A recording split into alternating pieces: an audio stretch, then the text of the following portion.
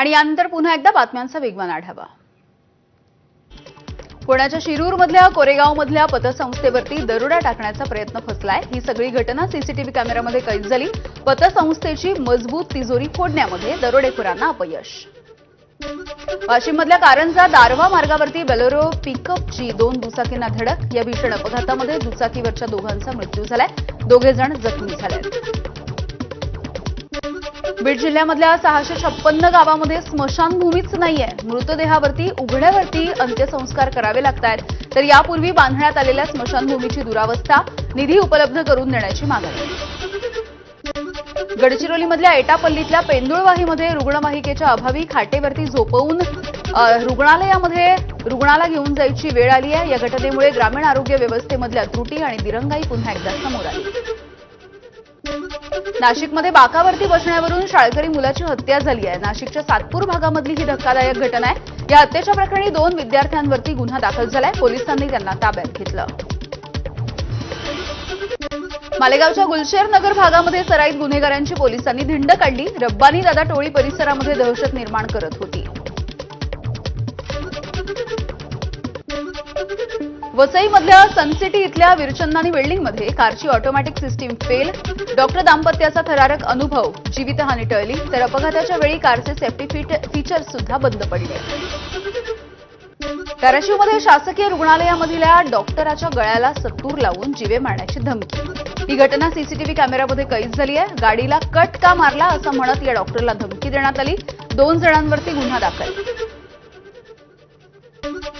Chhatrapati संभाजीनगरमधल्या खुलताबादमध्ये morning वॉकसाठी गेलेल्या 2 जणांचा मृत्यू झालाय। क्रेटा चालकानं दोघांना धडक देऊन पळ काढला।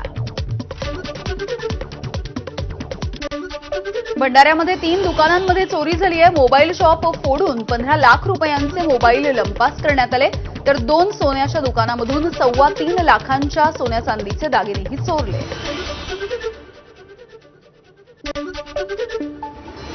मुंबईच्या पश्चिम द्रुतगती महामार्गावरच्या वाकोला ब्रिजवरती कारचा भीषण अपघात झालाय। कार उलटी होऊन दुसऱ्या रस्त्यावरती कोसळली आणि चालक जखमी झालाय।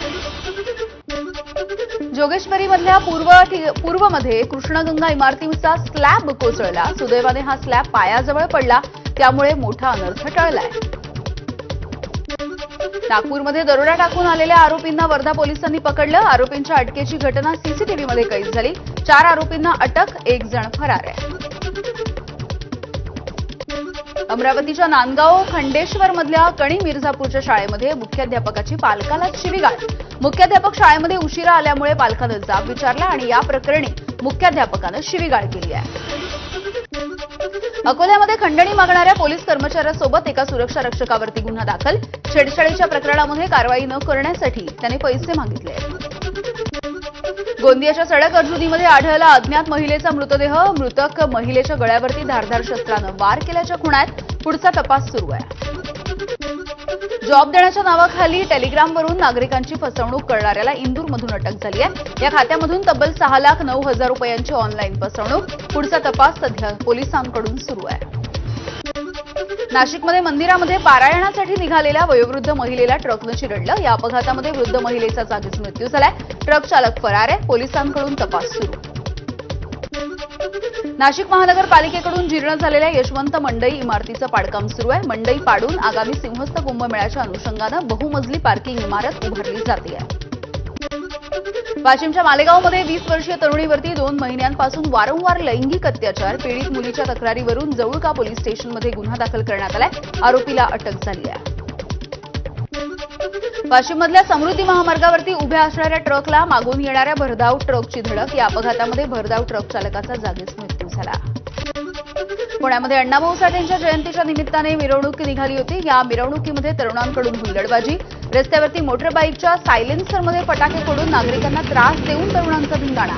पोलिसांची कारवाई। आणि या सुपरफास्ट बातम्यांच्या नंतर बुलेटिनमध्ये छोटासा ब्रेक। बघत रहा एबीपी माझा।